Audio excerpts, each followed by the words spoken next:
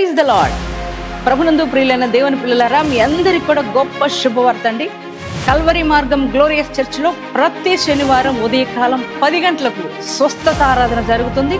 మరి స్వస్థత విడుదల పరిచర్య ఎంతో అద్భుతంగా పరిశుద్ధాత్మ దేవుడు జరిగిస్తూ వస్తున్నారు. ఇప్పటికే ఈ ఆరాధనలో మరి అనేకులు పాల్గొని, పలు ప్రాంతాల నుంచి ప్రజలు పాల్గొని మరి అనేక మంది బంధకాల్లో ఉన్నవారు విడుదల పొందుకుంటున్నారు, రోగులు స్వస్థపరచబడుతున్నారు. మరి చేతబడి మాంత్రిక శక్తులతో పిడిమబడుతున్న వారు విడుదల పొందుకుంటున్నారు. మరి శక్తివంతమైన వాక్యము ద్వారా బలపరచబడుతున్నారు, పరిశుద్ధాత్మ చేత నింపబడుతున్నారు. మీరు కూడా ఏ సమస్యలో, బాధలో ఉన్నా, బంధకాల్లో ఉన్నా, మీరందరూ కూడా ఈ ఆరాధనలో పాల్గొనండి, దైవ దీవెనలు పొందుకోనండి. దేవుడు మిమ్మల్ని దీవించునుగా.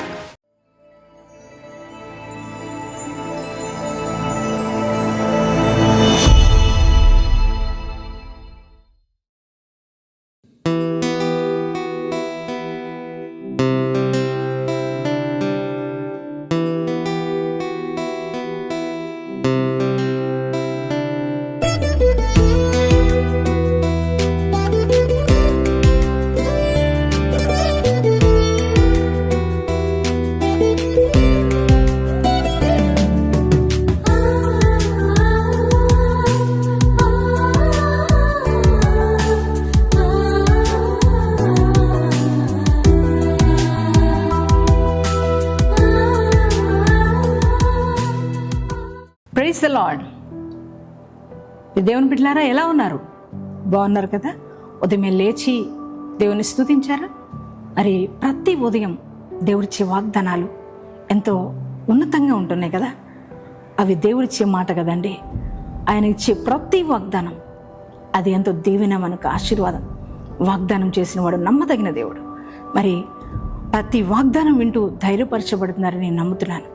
ఈ దినం కూడా శ్రేష్టమైన, ప్రశస్తమైన వాగ్దానం ప్రభు మనకిచ్చారు. ఆ వాగ్దానం చదువుకుందామా? ద్వితీయోపదేశ కాండము 16వ అధ్యాయం 15వ వచనాన్ని చదువుకుందాం.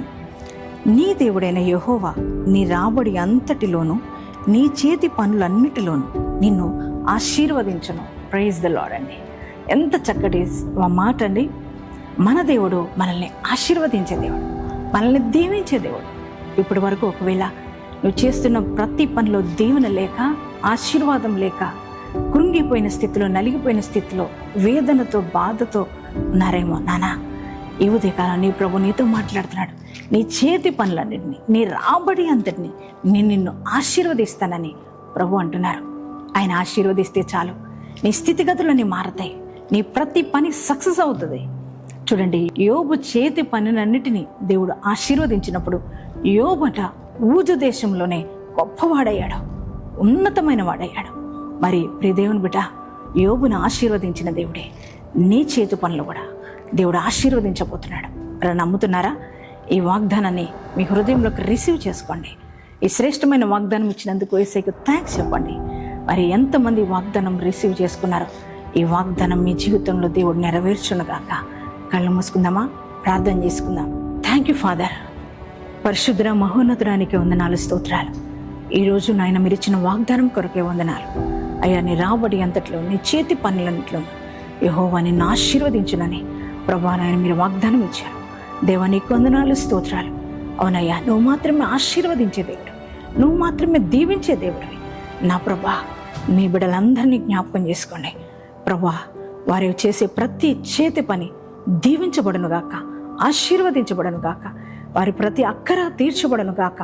వారు ఏ పని తలపెడుతున్నారో, ఏ పని ప్రారంభించున్నారో అయ్యా, ఏ యొక్క వ్యాపారం తలపెట్టి ఉన్నారో అన్నిటిలో కూడా ఆశీర్వాదం వారు చూచుదురుగాక.